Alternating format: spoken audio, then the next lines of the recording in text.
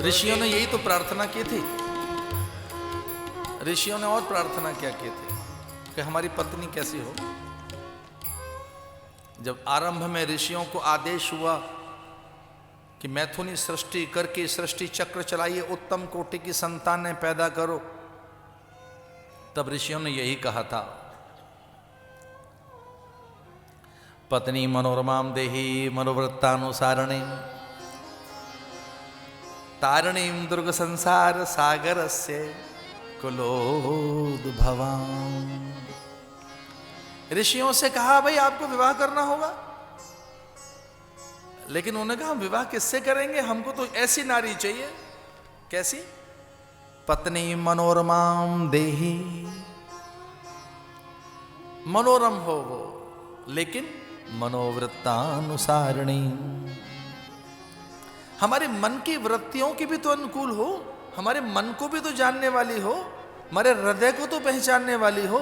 और केवल इतना ही नहीं, तारिणीं दुर्ग संसार सागर से, इस संसार में हमको धकेल रहे हो तो हम तो निकल ही नहीं पाएंगे, तो संसार सागर से, तारिणीं दुर्ग संसार सागर से, वो तारने वाली हो, तारिणी बने, कल्याणी बने, मेरी सहधर्मणी बने, मेरी सहचरी बने, चूंकि मैं अकेला फंस जाऊंगा यहां। तारणम दुर्ग संसार सागर से, और अकेला मुझे न तारे, कुलोद्भवाम्, मेरे कुल को भी तार दे। तो स्त्री को पता है क्या कहा गया है शास्त्रों में? कुल तारिका। और वो अपने पति के लिए क्या है? भवतारिका।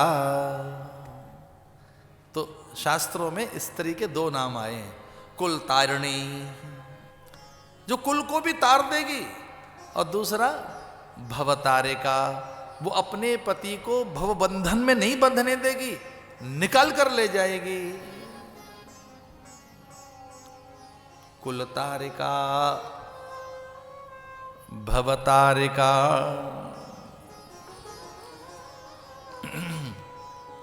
तो क्या कहा ऋषियों ने? पत्नी मनोरमाम देहि मनोवृत्तानुसारिणी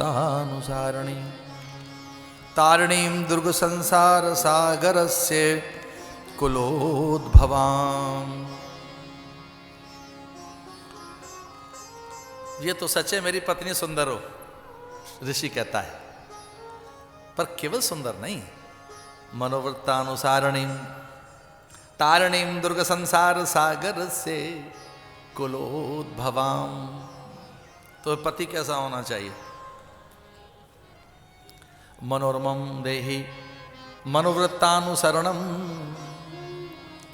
तारणं दुर्ग संसार सागरस्य कुलोद्भवाम्।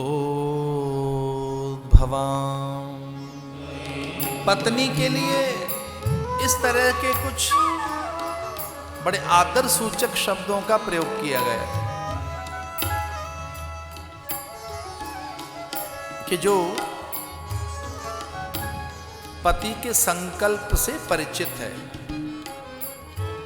और उसके संकल्प सिद्धि के लिए समर्पित है। चूंकि वो एक संकल्प की सिद्धि के लिए उभय साधन है, पर वो एक ही है। पति पत्नी देखने में उभय सत्ता है, दो सत्ता है। एक युगल दिखता है, एक युग्म दिखता है, कोई दो दिखते हैं, पर एक ही साधन के लिए कभी ये युगल सत्ता एकीकृत हो जाती है, युग्म ये युगल। तो किसी एक संकल्प के लिए, और जरा तनिक ध्यान से सुनना, कुछ संकल्प तो ऐसे हैं जिनमें बार बार पति पत्नी आते रहते हैं। श्री बताम गेहे, जो कभी पवित्र मन से जितेंद्रिय अवस्था में यज्ञ कर्म करने के बाद, सत्कर्मों की संलग्नता के बाद, देव अनुकूलता के बाद कभी एक ऐसा अंतःकरण बनता है जिसमें व्यक्ति बहुत बड़ा संकल्प ले लेता है। और कभी वो संकल्प ईश्वरीय हो, पारमार्थिक संकल्प हो, वो संकल्प आध्यात्मिक हो। आध्यात्मिक का अर्थ है जैव जगत के कल्याण के लिए, जैवोद्धार के लिए, जिसमें समूची प्रकृति की रक्षा होनी है। लोक परलोक के लिए जो हितकर है, कभी ऐसे संकल्प पति पत्नी के द्वारा लिए गए हों तो वो बार बार जन्म लेकर आते हैं उस संकल्प की सिद्धि के लिए। क्योंकि पत्नी एक साधन है, पति एक साधन है, सिद्धि के लिए वो युग्म है, युगल है। इसे ऋषियों ने कहा कि मेरी पत्नी कैसी हो? पत्नी मनोरमाम देही मनोवृत्तानुसारणीम तारणीम दुर्ग संसार सागर से कुलोद्भवाम। मेरी पत्नी मनोरमा हो ये तो सच है, लेकिन मनोवृत्तानुसारणी मेरी जो मन की वृत्तियां हैं वो सद्वृत्तियां हैं, पारमार्थिक वृत्तियां हैं। मेरी वृत्तियां प्रकाशक हैं, प्रकाश मार्गी हूं मैं। इसलिए परमात्मा से प्रार्थना करते हुए ऋषियों ने कहा कि मेरी पत्नी मनोवृत्तानुसारणीम, और केवल इतना ही नहीं, तारणीम दुर्ग संसार सागर से। मेरी पत्नी तारण करे, मुझे तारने वाली बने दुर्ग संसार सागर से। और न केवल इतना, कुलोद्भवाम, तो मेरी पत्नी मेरे कुल को भी तार दे।